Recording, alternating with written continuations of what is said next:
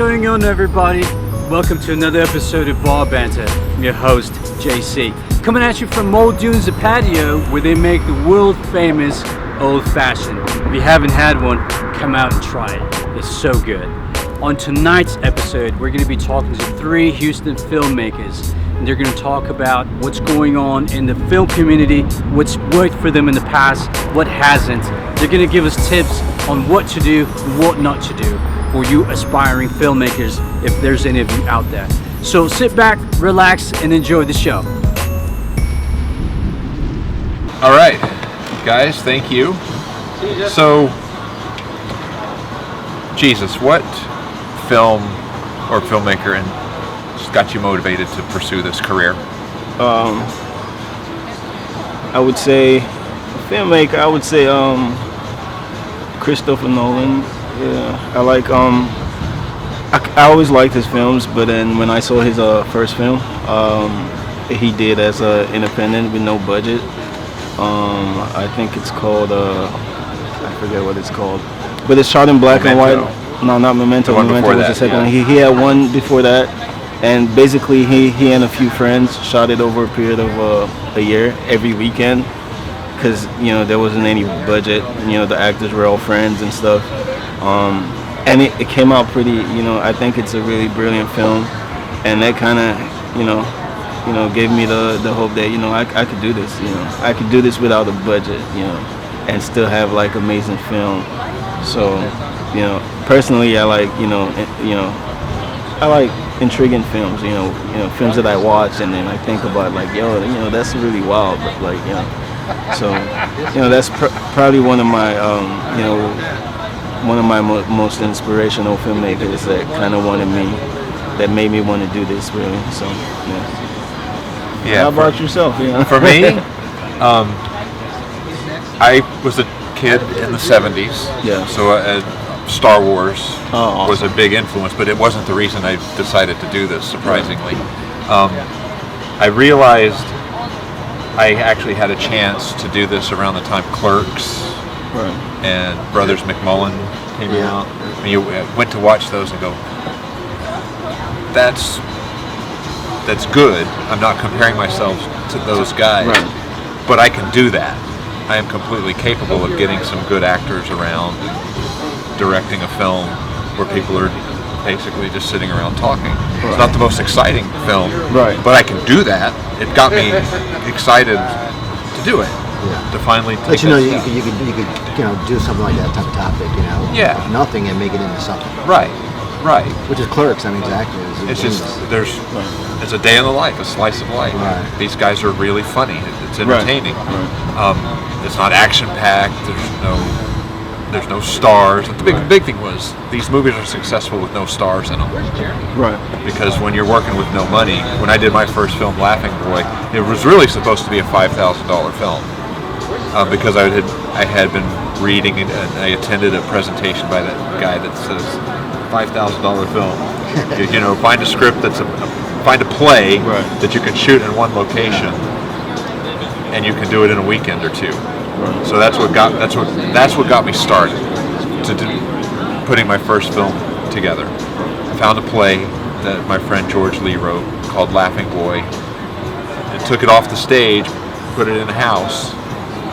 Over 2 weekends, we shot this film, almost 20 years ago, and I'm still pushing it. 20 years later, I'm proud of it. Yeah. And it didn't make any money for the longest time, and now that there's so many streaming sites, it's like I'm pushing everything that's old because those people haven't seen it yet. Exactly. Yeah. Juan, what about you? What got you started? I mean, I think I just kind of had the knack, man. My gift was writing, and from the writing, I just realized if I was a producer, I could make my own writing happen. Yeah. As far as films, like I think Taxi Driver was the one where I was just like, yeah, really. I love that. Like that. And then I saw the documentary on how they made it. How guerrilla it was. And Scorsese's just, to me, he's the master of drama. So I do a lot of dramas, dark comedies, written some comedy scripts, but as far as like the film that really inspired me to say I want to be a filmmaker was that one. So I know my first film in high school, did another one in college, and then I made my first film here in Houston, Texas. 2005, we started casting and went into production 2007. Yeah. And that's the one that Danny Trejo went in. Right. Used your agency for extras. Yeah, when you don't have any money, things take longer. Oh yeah, definitely. that script, I wrote that script in 2001. It took me 5 years to get the money to make that. Oh yeah, no. Yeah, and it's after my first film, I started working on other. There was a wave of TV movies that were filmed in Houston in the early 2000s, and what I learned from there was when you have money, everyone gets a month to prep, and then you start. But because you have department heads, a lot's getting done. Your job is the art department. That's all you have to worry about. Your job is casting. When you show up to the set, you're confident that all that stuff's ready. That's the best way. Yeah. But when you have a budget, the whole process is condensed because you can hire people to take care of every different department. Yeah, and so as a director, you got to be the general. You got to be able to put people in positions that they're gonna get the job done, and you're confident when you show up to the set, you're not gonna have any issues. And and sometimes you're gonna have issues. You're gonna have to basically know how to think on the fly, and improvise, and the show keep has the to ship together. Yeah, I mean exactly, because one day of missed shooting could cost you $2,000. On a $10,000 budget. What are you going to do now?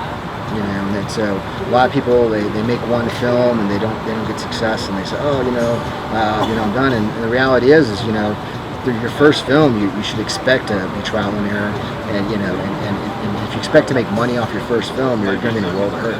You got to be in it for the long run. It happens. Yeah. People can make money off their first film, but it's rare. Very rare. If someone gives you money, and do not promise them an income. But not just that. It's like you said, it's over time. How you're still pushing your first film. Yeah. My first film was Netflix, Walmart, Hollywood Video. I made more money selling films out of the trunk than I did at Walmart. Right. Right. My first film, Laughing Boy, got on Netflix when they were still mailing DVDs. Yeah. They bought Netflix. Well, I was working with a distributor. It was actually technically a sub-distributor, where they didn't have. What was the company name? Proactive. I don't remember that. The Proactive was a company that a distributor would hire, and I just happened to find them. They're basically an chance. aggregate. Not. I guess at the time I didn't know what that word meant. They called themselves a sub-distributor because I didn't sign any rights over to them. I still own the product. For putting you on the shelves. They did, but I sent them some product. And I didn't have to send them any more product until they actually wrote me a check. So I did get money from them. They'd sell 50 DVDs. They'd say, "Here's your check. Send us more."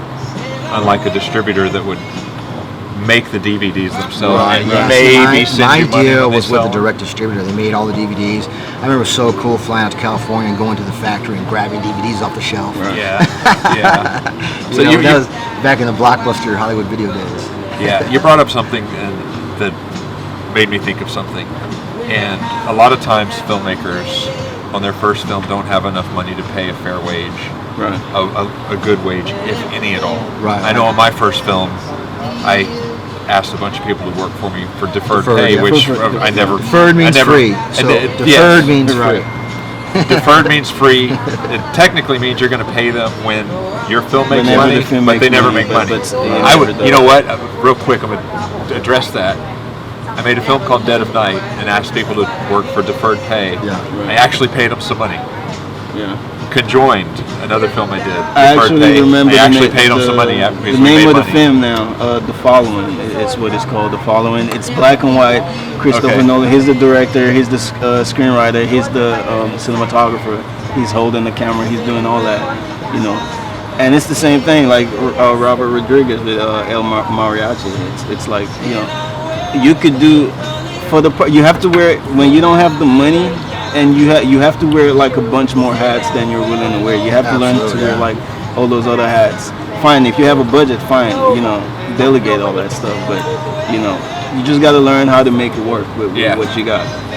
And the thing, one of my instructors in film school, he says there's the triangle, and on each side of the triangle there's money, time, and the quality. So you have to sacrifice one for the other. Yeah, it's. Oh, and time. So it's like money, time, and so if you sacrifice the time, if you don't have the money, with time you can still get quality. Right. But then if you want to get it fast, but you don't have the time, you need to throw a lot of money. It's like pick two. So you got to pick. two. You got to pick two. You can have a fast film and a crappy film. Good, fast, and cheap. Pick two. So you got to pick one. Yeah. So it's a triangle. So that concept is, and I tell a lot of my peers that make it, don't be afraid to take all the time that you need. Because guess what? Once the movie's done, it's done, and then you're stuck with that forever, like for life. So put in all that, put in the work, take the time, make sure you're doing something that you're going to be proud of. I agree with you to a point. I think the downside of taking your time is in post, great, take all the time you want. But, and I'm guilty of this myself and paid the price for it. When you take your time shooting, your cast loses interest very fast. As a director, I hate, I don't want to use the word hate, but like production is, I want to get done with production. It's like, I do not, I don't want to get, the blood pressure. I'm too young for that stress. It's a lot, man. So once I get to production, I want to get it done and out. So the most important thing, that pre-production, take all the time you need for pre-production, because that makes production go along a lot smoother. Pre-production, take your sweet time. Take your sweet time with pre-production, and then because I'm trying to get production out the way, because I cannot deal with that, and all that, especially when you're working on a no budget thing and stuff keeps happening, stuff keeps going wrong. It's like I don't want to deal with that. So take your time with pre-production, take your time with post-production. And I say one of my films, we were in production on and off for 16 months. And the cast, you lose momentum. You lose momentum, and the cast, they just lose interest so fast. Right. It's like, oh, I got to come back and do this. Yeah, come on. And haircuts change. And the crew loses, loses. What crew? At that point, it's like you have to, I don't know, but yeah. But Juan, you brought up a point about people making their first film, and it's not what they thought it was cracked up to be. And this is what I got out of what you said. And they don't do it again. Exactly. Those are the people I no longer want to help. Right. Because I've helped, in the 25 years I've been doing this in Houston, I've helped so many filmmakers for free just because I love the process. And I love helping people. I want to see you grow. Hopefully you'll help me grow. Committed to the craft and actually help build this foundation. Yeah, and you hope you build a foundation and a relationship, and you'll help each other as the years go by. But when you work for deferred pay for a filmmaker who decides they don't want to do it anymore, and they just sometimes they don't even finish the film. I've wasted my time. Hopefully, I've made other connections on their sets, which fortunately in most cases I have. But it's still really aggravating that you put all that time in another filmmaker's project and there's nothing to show for it. I had only one of those projects here in Houston, and I won't even mention the name of the project, but I've done 7 overall. One of them I made the most money on is one I don't talk about, and they got distribution and everything. So it's just like, it's as long as you're committed to making films, and in the process of helping other filmmakers, you're going to be fine. But I've had that experience where, this guy, he invested a lot of money in the film, made a lot of rookie mistakes, didn't want to take advice. After a while, like I had actually produced movies, was distributed all the way up to Netflix. But this person, they were their profession was a doctor. They had money.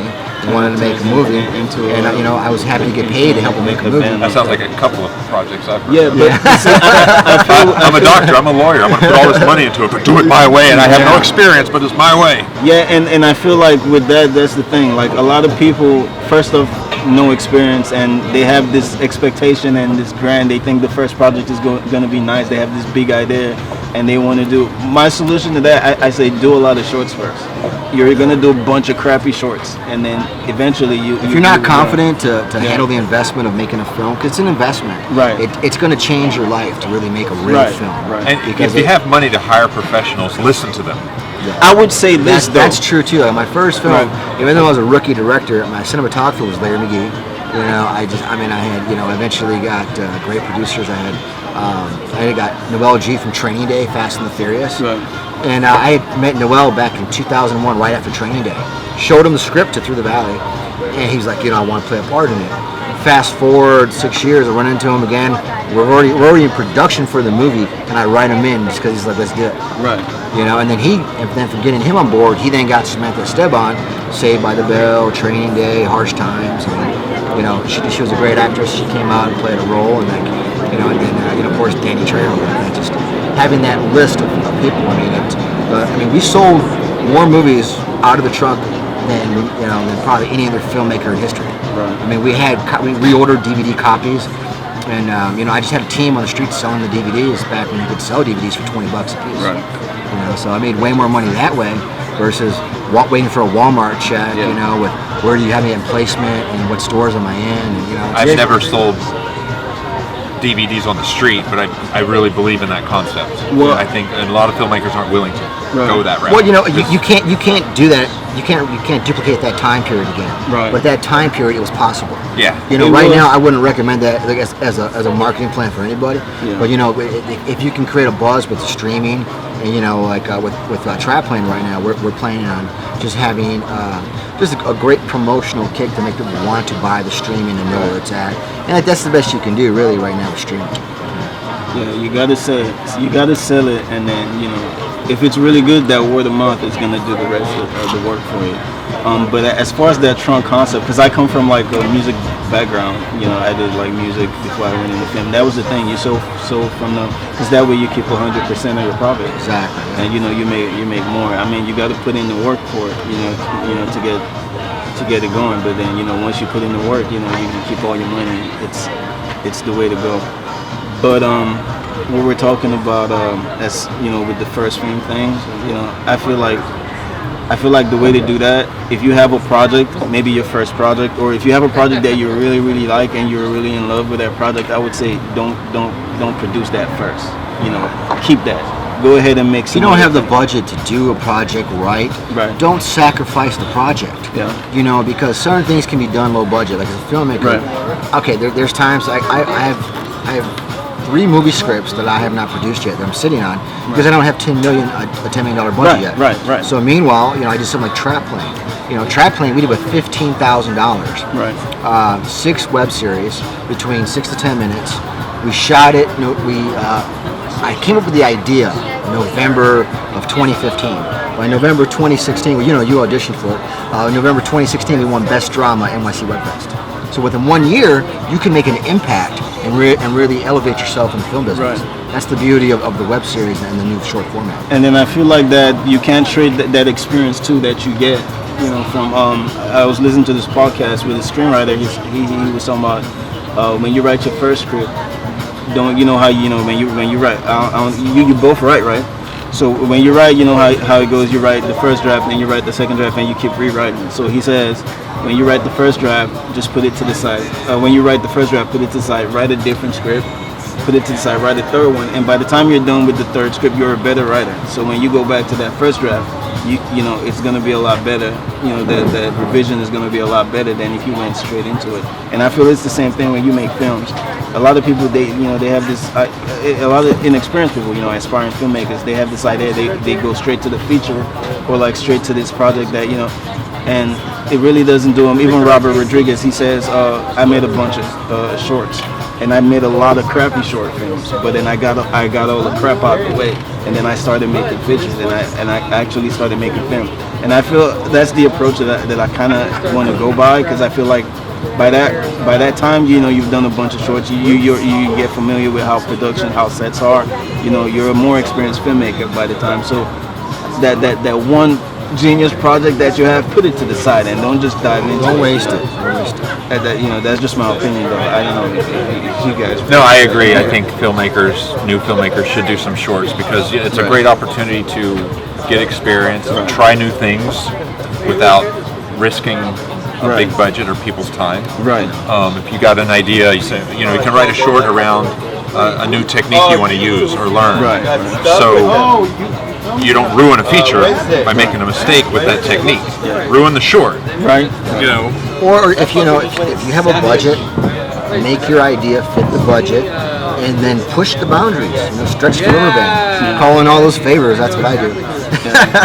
Well, with technology now, you can do so much we couldn't do 10, 15 years ago. You can you can do that science fiction movie now. You can, exactly. Someone that does After Effects well, suddenly you can put spacecraft in your film. You remember the Canon XL? Yeah. I shot a film on the you just brought up a point. You see, the same concept that I was talking about when what's his name, James Cameron with the Avatar movie. He said he had that for like a bunch of years, right? Yeah. Before he finally made it, because the technology wasn't right. So he could have made that movie in the 90s, and he made The Abyss in the 80s. Right. So he was starting. The so and he had that idea, but he kept that idea until it was the right time for it. So, personally, I don't have a lot of money. I feel like time is the only thing that that I can afford to like spend.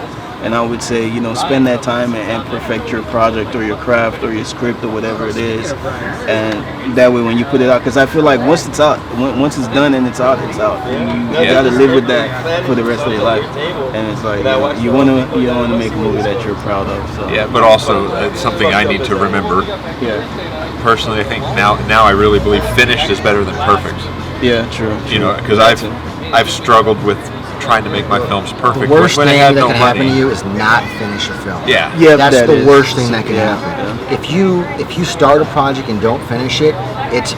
I mean, I don't want to use bad terms. I'm just going to tell you, it's like you've lost a piece of yourself. Right. Especially if you lose momentum like crazy. And you lose respect from you. No one you loses lose respect respect from from you. You're the guy that can't finish a film. Well, I feel like some people get scared because they say it's not turning out the way they imagine, and then they just abandon It never shit. does. Yeah, That's and true, I'm you're like, right. it's sometimes you just finish it for what it is and just move on. You know what, Jesus? Yeah. You got to stick to the script. Right. You wrote the script. You believed in the script.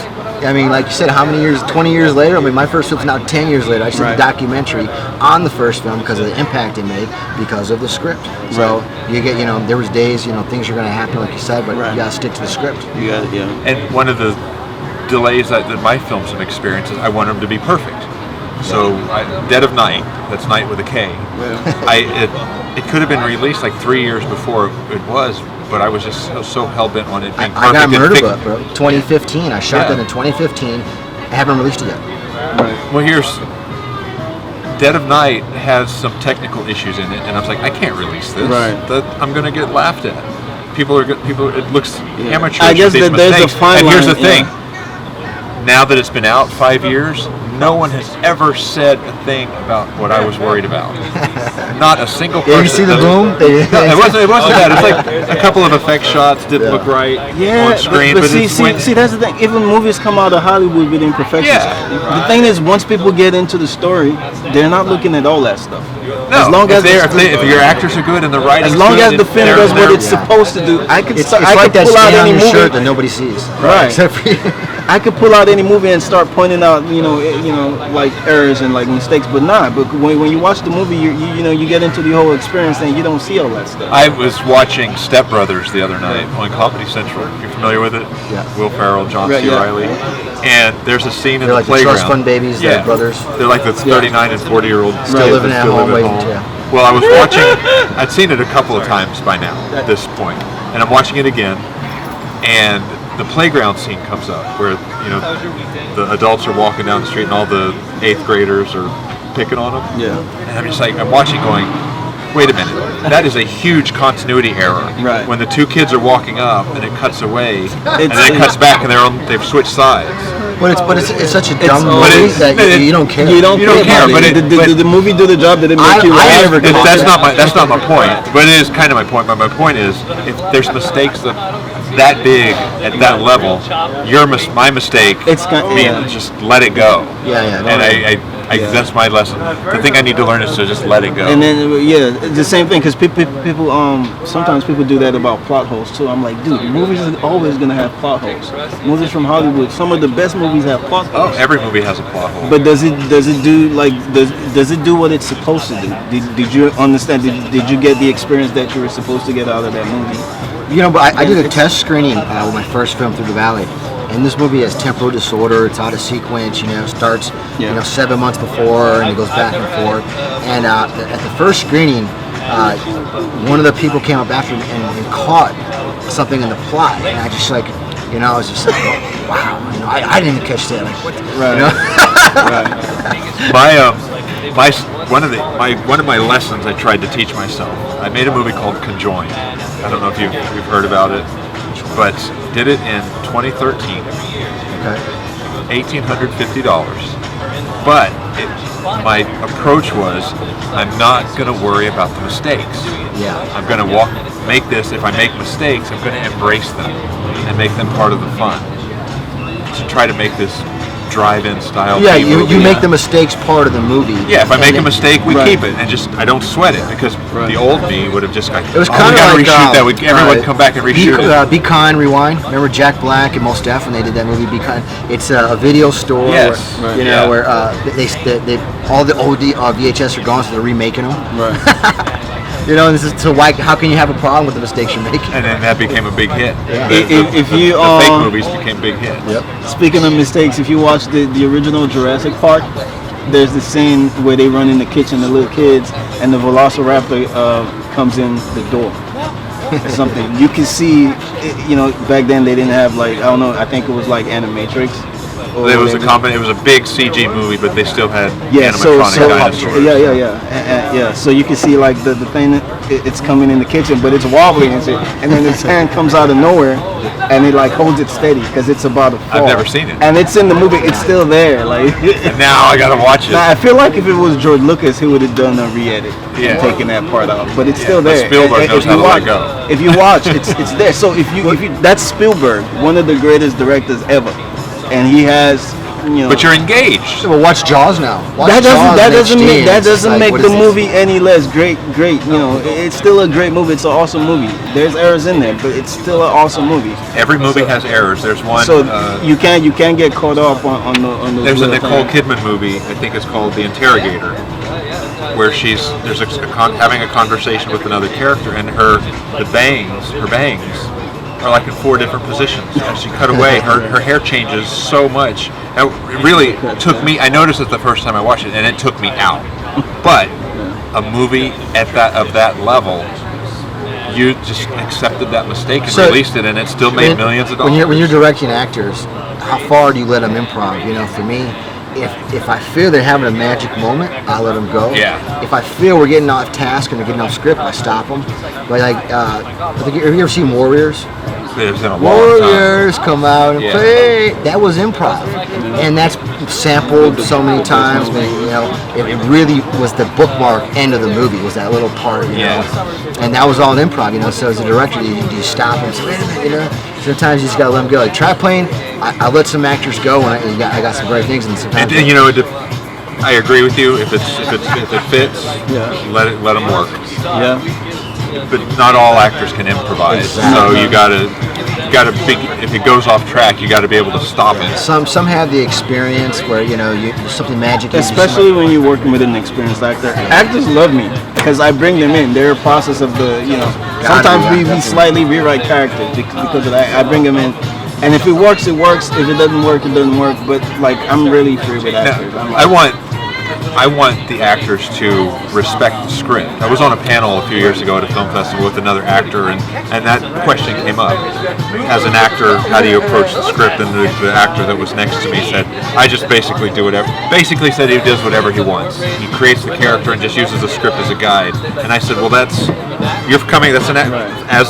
a director, I want you to respect the script. A writer may have sweated, meticulously put each word in place. Do what's written, then let's work out something else. But if you don't know the script, do not think you can improv. Right. You have to know the director. May I improvise? May I change this? Usually we talk about it like an actor would be like, oh, I think I should say this instead of this, like the actual line that's on the script. Sure. And then he explains why, because when you read a script, everybody's imagination is different. And the way I see a character might be slightly different from how the actor Don't just do it. So don't just do So fine, I'm the director, I have a vision. but let's see what your vision is. Let's see if that works. And sometimes I'll be like, all right, let's try that. And I'll be like, you know what? Nah, I don't like that. I like the other idea better. Right. And sometimes you might say that, but when you get to the cutting room, it all changes, and you're like, actually his take, actually looks better and fits like. Right. When you're on a bigger budget film, everybody is following a script. Right. You got your sound guys following a script. Your continuity person's following a script. If the actor just wants to improvise on their own without saying anything, throw everything off. No one's expecting it. Everyone gets confused. But they do that all the time though. As professional actor, you should go with it, with whatever. Because like if you're working with, I hear about this all the time in Hollywood. Like people just throw stuff in there, and everybody just went with it, and it became something. But and it's if you're dealing with but they're professionals. If I have Morgan Freeman on my thing, like he could do what the fuck. You're like at that level. At that level, like because you trust them, because they're experienced well enough to. But if you're an unknown actor, don't do it. I've yelled at actors on the set, and he goes, "Hey, Mr. Director, you got anything else for me?" And I'm just like, "No, Danny, you're doing great. Just keep doing what you're doing, Danny." I'm not, it's how do you tell Danny Trejo what to do, right? But it was awesome working with him. And, he actually told another actor a suggestion that I rolled with and we went with, and it was a line the actor was having a hard time saying it in English, and he told him to say it in Spanish. And then so the actor said it in Spanish, and I made it so much better and seemed better.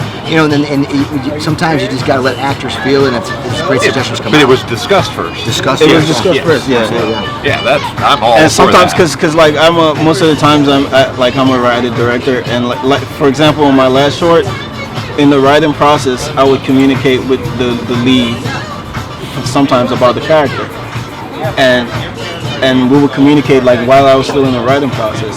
So that way, I kind of brought him early on, which was a thing that I did deliberately. So that way, when it got time for production, he already knew the character.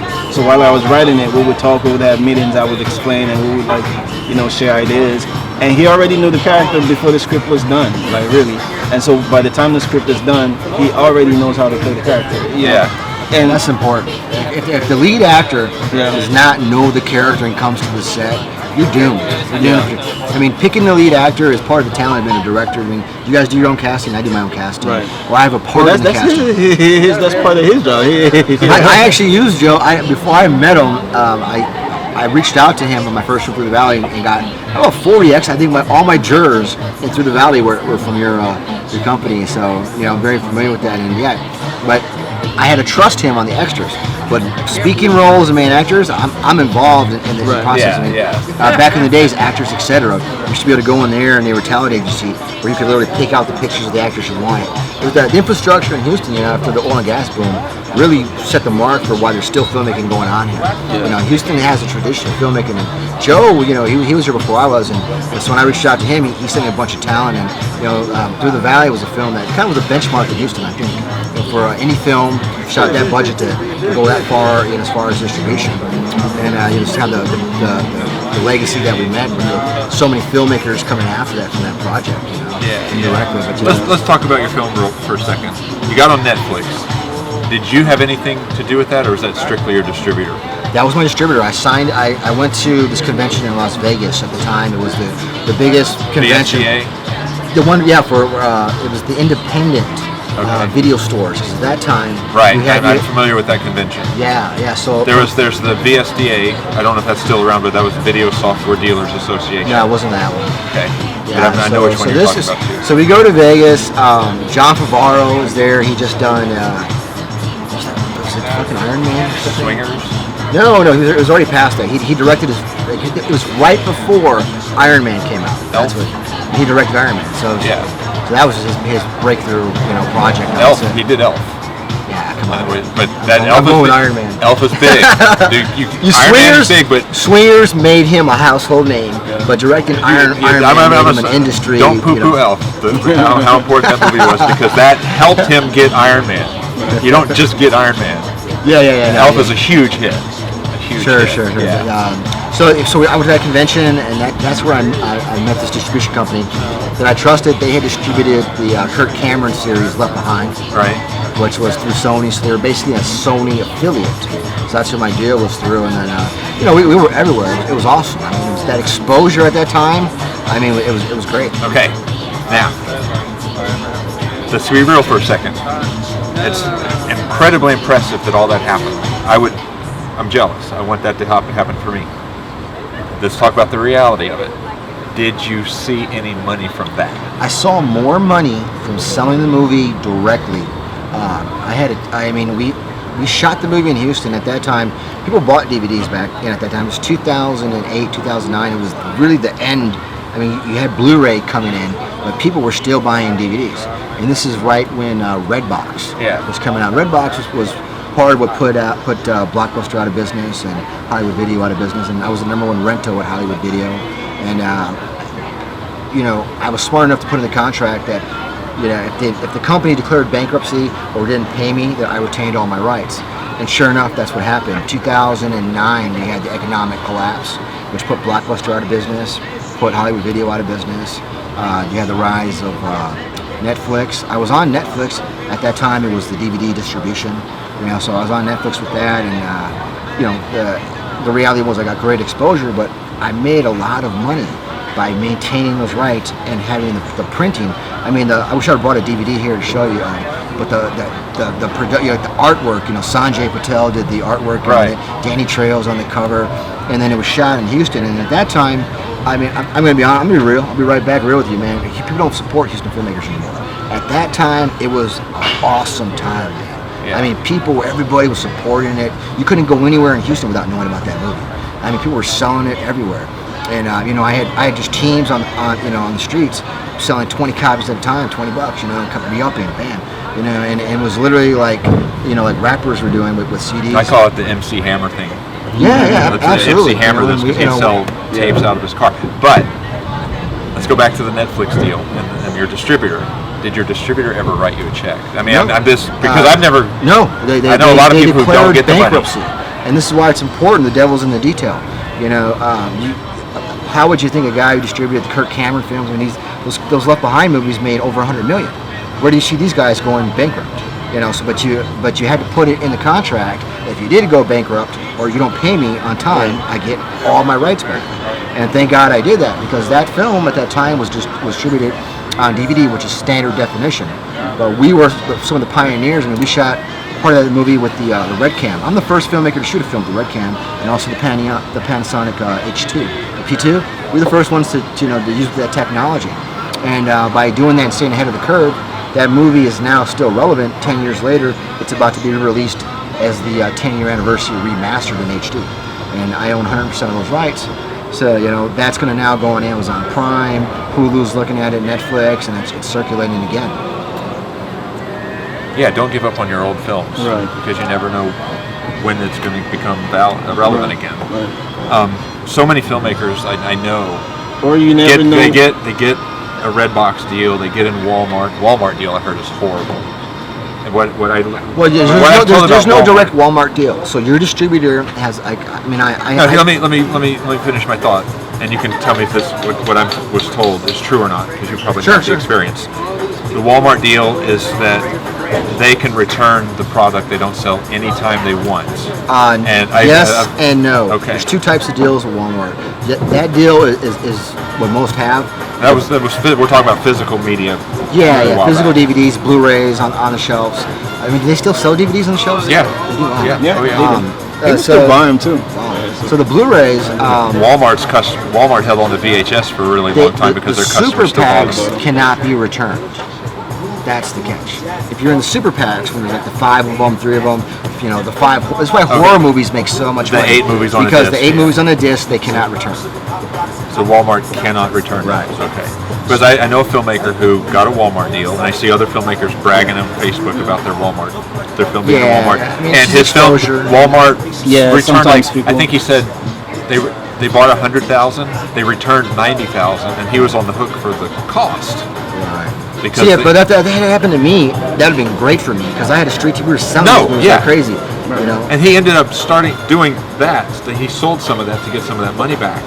But be careful of that Walmart deal because your distributor let's would be just say stuck this, with the man. bill You know, and then it falls back on you. The Walmart deal sucks, man. There's no money in Walmart anymore for filmmakers. I mean, real talk. It's just nice to say, hey, my movie's at Walmart. There's no money in it for you. Sometimes you sacrifice that for the exposure. Yeah, it's like the same thing. I guess it legitimizes you as a filmmaker to have your movie at Walmart, but as a businessman, you really got. I mean, I guess long term you make money off it because it helps build you up to say, hey, I'm at Walmart. But if you think you're going to make a bunch of money at Walmart, you're going to be disappointed, big time. You know, if you think you're going to be the next Friday, it's like everybody has that movie and they're breaking down their blunts on it, smoking it, and you're the next guy. Yeah, I mean, you might be that Blair Witch that gets picked up by a Spielberg and does it, but I think you should do with what your heart tells you to do with your first film, and don't worry about making money. Make it what you want to make it.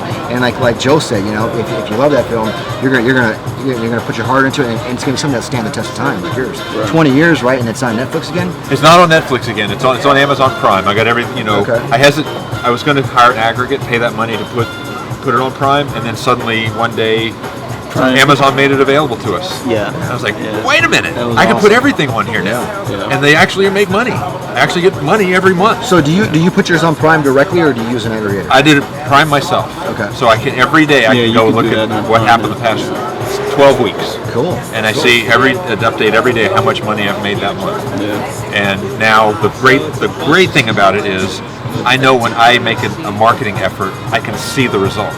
Right. If I want to spend time to push it, if I want to pay for Facebook ads, I can look at the results and see that worked.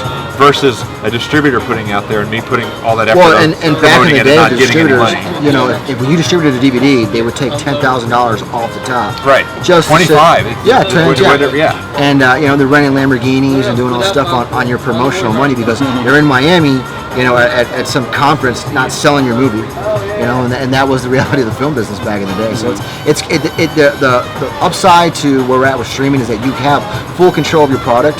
The downside is you don't have as much retail space where people will have the impulse buy of your film, put in front of them. Like, how it was. Remember how cool it was to have the DVD copy? Yeah. That stuff's really not important anymore. It's the same thing. It's similar to what happened in like the music industry. It's like, fine, you could have, and it's the same thing. I have music on like those platforms on iTunes and all that, but I made way more money selling my actual CDs. Yeah.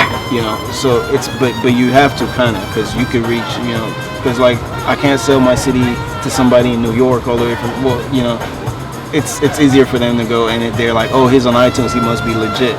So sometimes, I don't know, I feel like sometimes, especially if you're starting out, you might want to sacrifice some of that profit for exposure. No, the exposure, the exposure is great, and it could land you another job. Right. Yes. So, I want to put this out there since we're talking about basically the death of physical media. There is still a collector market out there. Absolutely. And especially for horror films. If you're making a horror film, try to keep the rights when you get a distributor, or at least say, give me the permission to make 1,000, because you can still sell them, like maybe not on the street, but there's conventions, there's comic book shows. Right. You can still sell directly to the fans. I think you should keep the rights no matter what. With the new format of distribution, if you're not keeping your rights, you're an idiot. You're going to give away a distributional fee for the right distributor, or you can go 100% independent like Joe. But there's got to be some benefit to that distributor that you pick. Because if they're taking 20%, what are they doing for you for that 20%?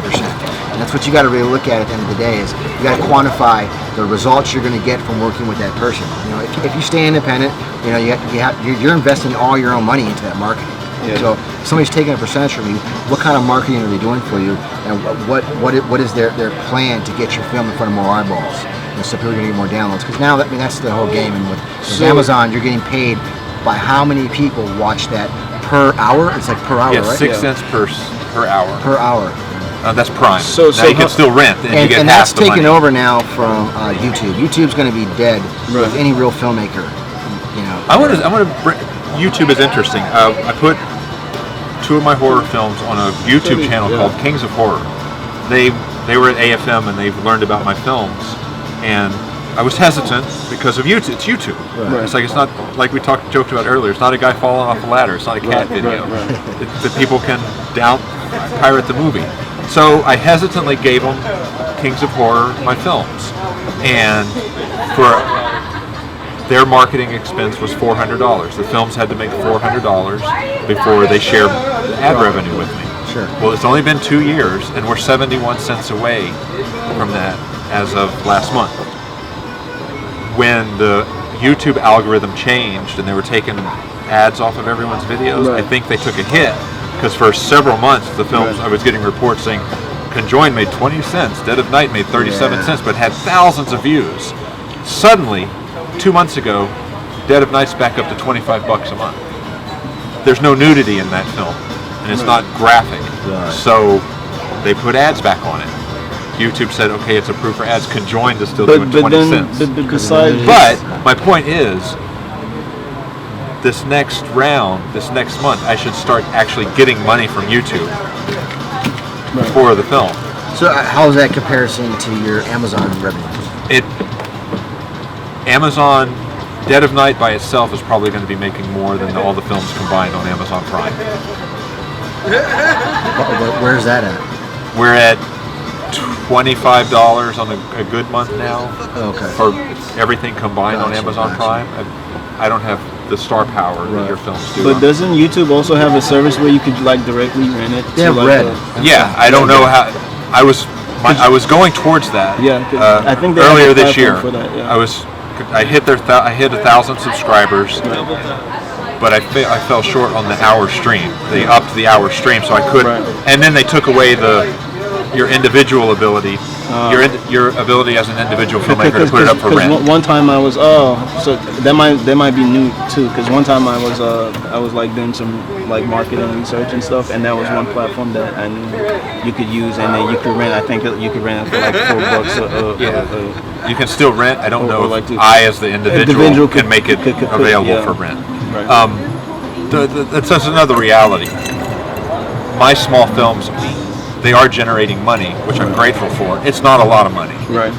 But if I can get $25 off Amazon every month, $20 off YouTube, plus you've got a Pantherflix catalog. starts paying if you can get your projects up, and I have 5 films that I'm going to be releasing all together, and it's all because my marketing plans are different than other people, and I just want to release the way I want to release. And so I have these 5 films, and then how we're going to release them. I have my own network where I've made more money than what we discussed, and it's my own network, and people are going to it directly. So I've been building that up, and now I'm ready to share some of these philosophies with other filmmakers and hope it works for them as well. And I think Joe is 100% correct. Like, this is the way to do it. Have a plan to maintain your rights and have strategic partners like these different sites to stream the projects on. Pick the ones that are going to promote you the best, like you said with what was that channel? Kings of Horror. Kings of Horror. That's what you got to do. And I want to become a Kings of Horror type for my genre of drama and good indie film. Give me any topic, but I'm looking for that next Kevin Smith to work with. I'm looking for that next Robert Rodriguez to work with. The next Juan Vazquez, the next Joe Grisaffi, the next Jesus here. That's what we're trying to do.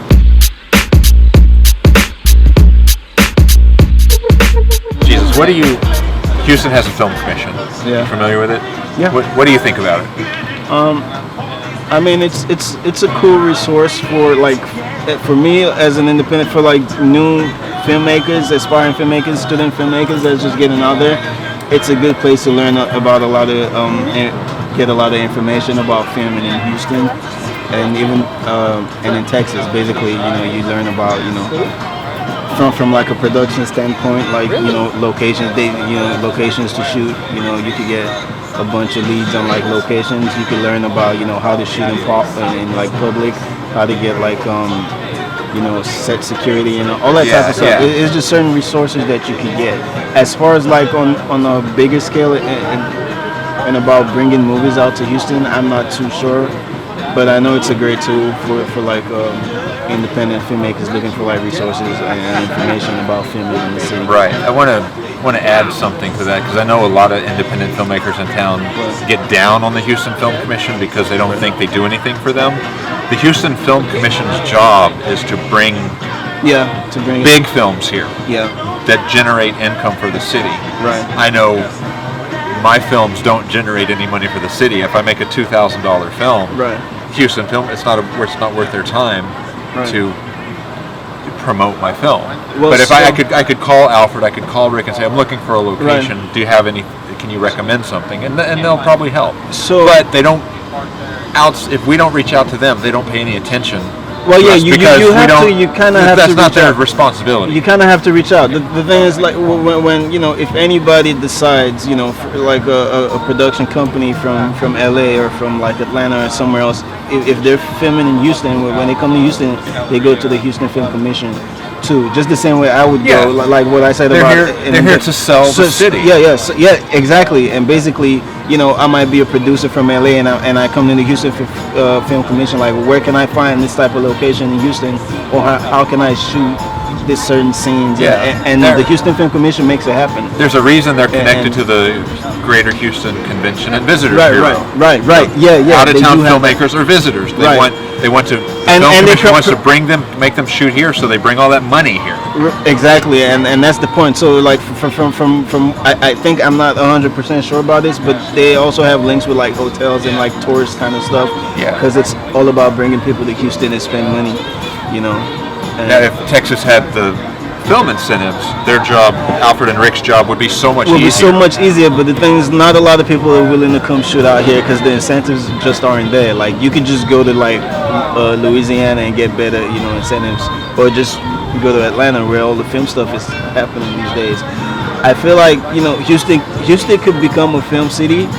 I feel like we have what it takes. It's just like it's just if we can have those incentives, like we say, if we can have better incentives or something that, the film, it's business. It's like, why should I come spend my money in Houston when this other city I could go shoot over there and save a lot more money or get like something back? It's you're shopping for the better deal.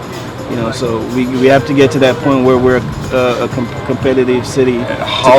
Yes, Hollywood's creative, but they're also a business. Right. If they'll go where they can spend less money and get the same production value. Right, and exactly. So once we can compete in that aspect, I think it'll be better.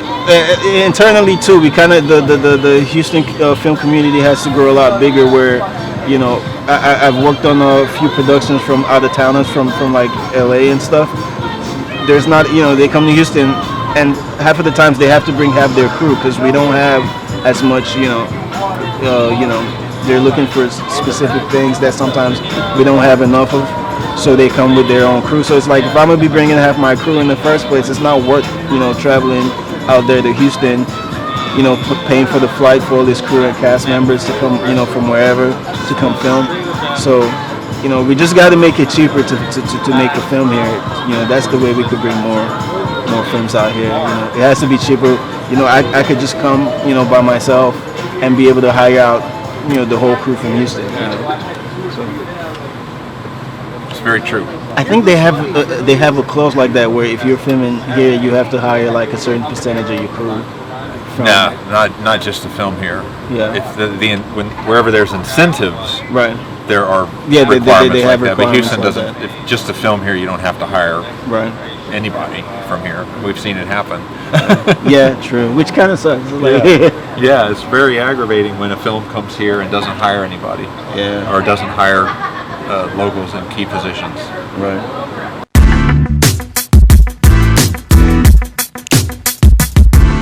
So, true story, the first film I worked on, I drove 1,500 miles to work for free. I was in college at University of Wisconsin, Madison, Wisconsin. I drove to San Antonio, Texas to work on this indie film called Lowrider Weekend. It had Jesse Borrego from Blood and Blood Out, Mi Vida Loca, Fame, recently, what was he just in? Colombiana. He stays in a lot of, and Walking Dead. You guys were talking about that. Cool. He's just Walking Dead too. Yeah, he's kind of my mentor. He's the guy who got me into film. He invited me to go work on a movie. I didn't care how much they were going to pay me. Right. I drove for 1,500 miles, and work for free. Didn't even have a place to live. I showed up to the set, and the set was this big, like resort hotel in San Antonio. It's not there anymore. And and that was the set. And I ended up hanging out with some actors, and they let me crash in their hotel room.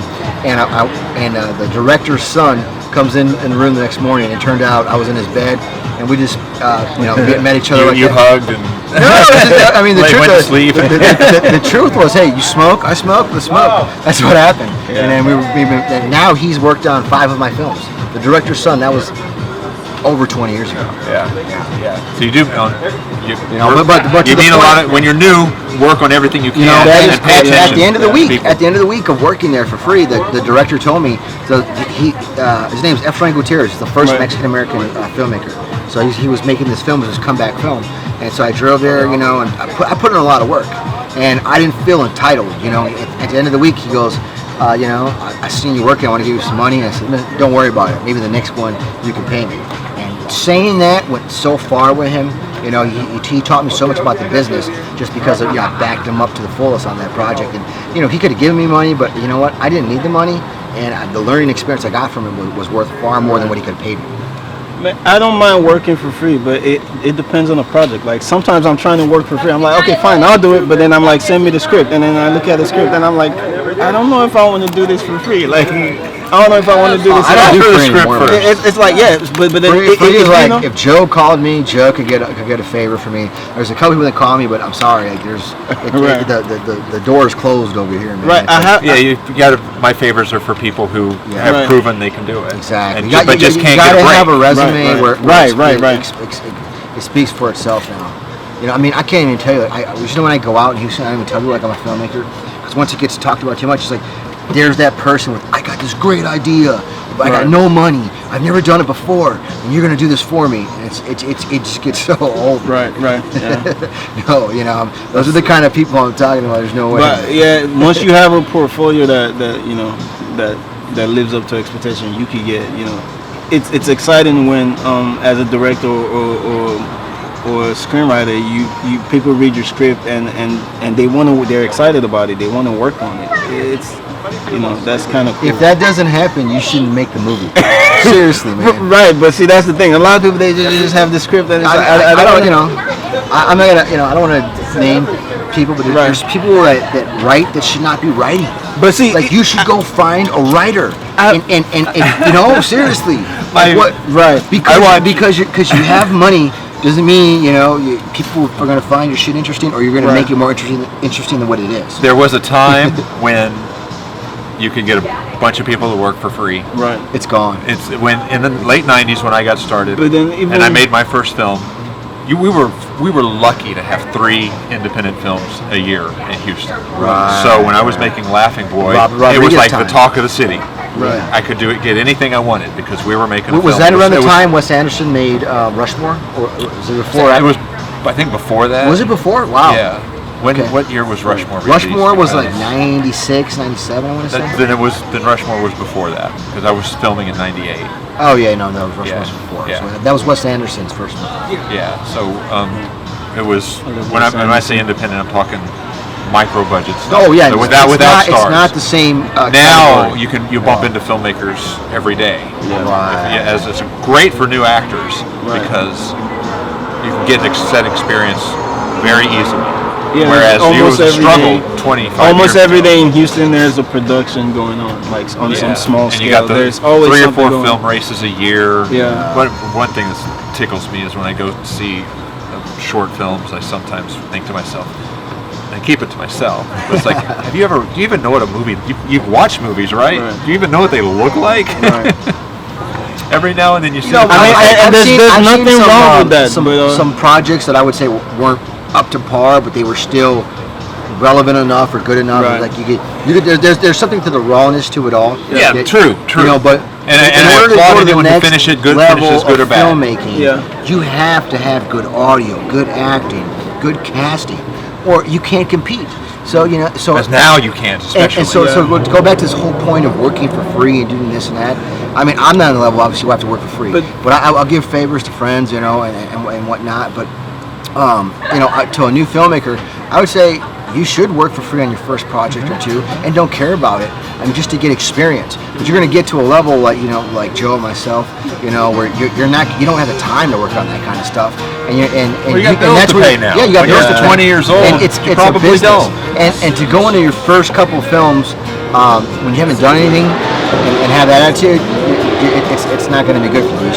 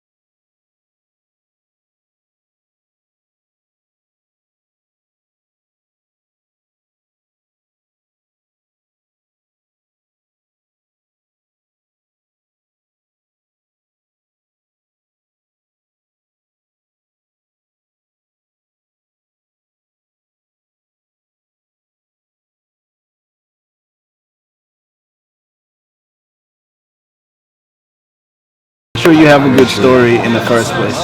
Because one mistake that I see these days, the technology is very available these days.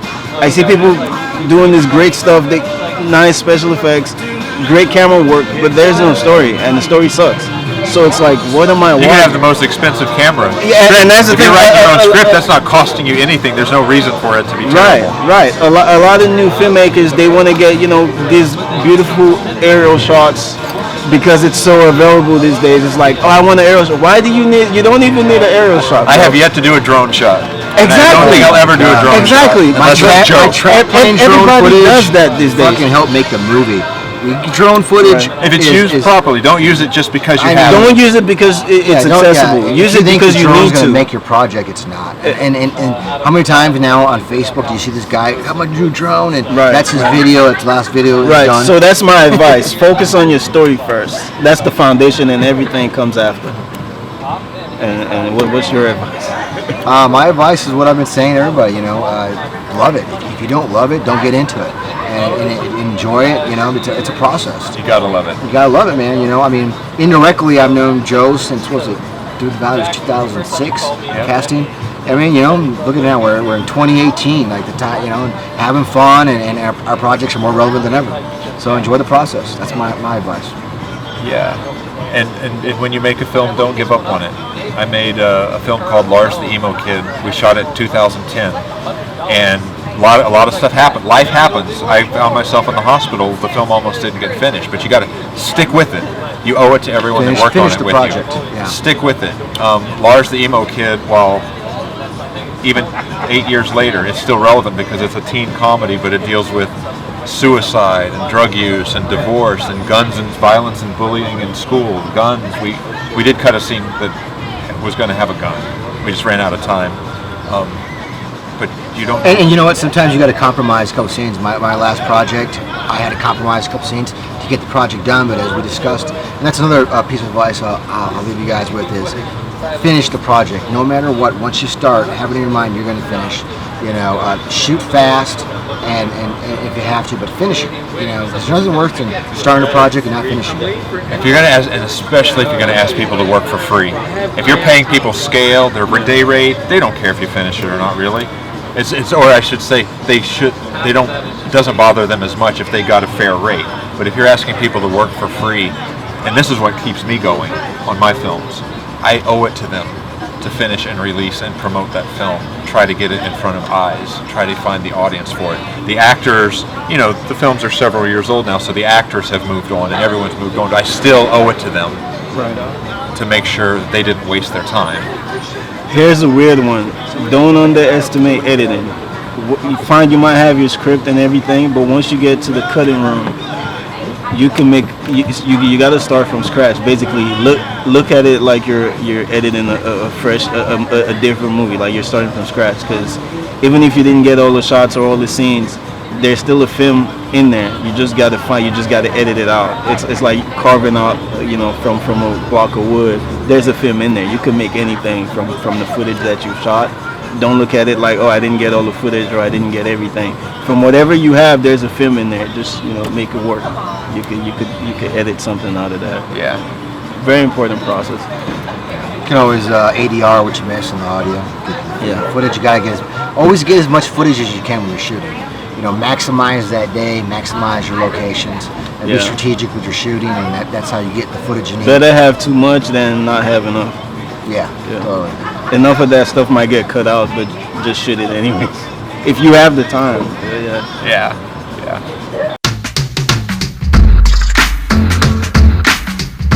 So, this is a hard business.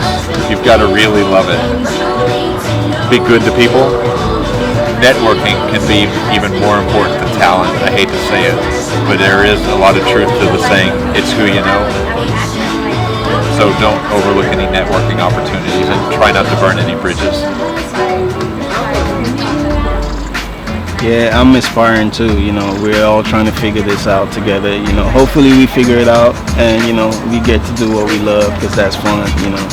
You gotta love it to do it, So keep making films.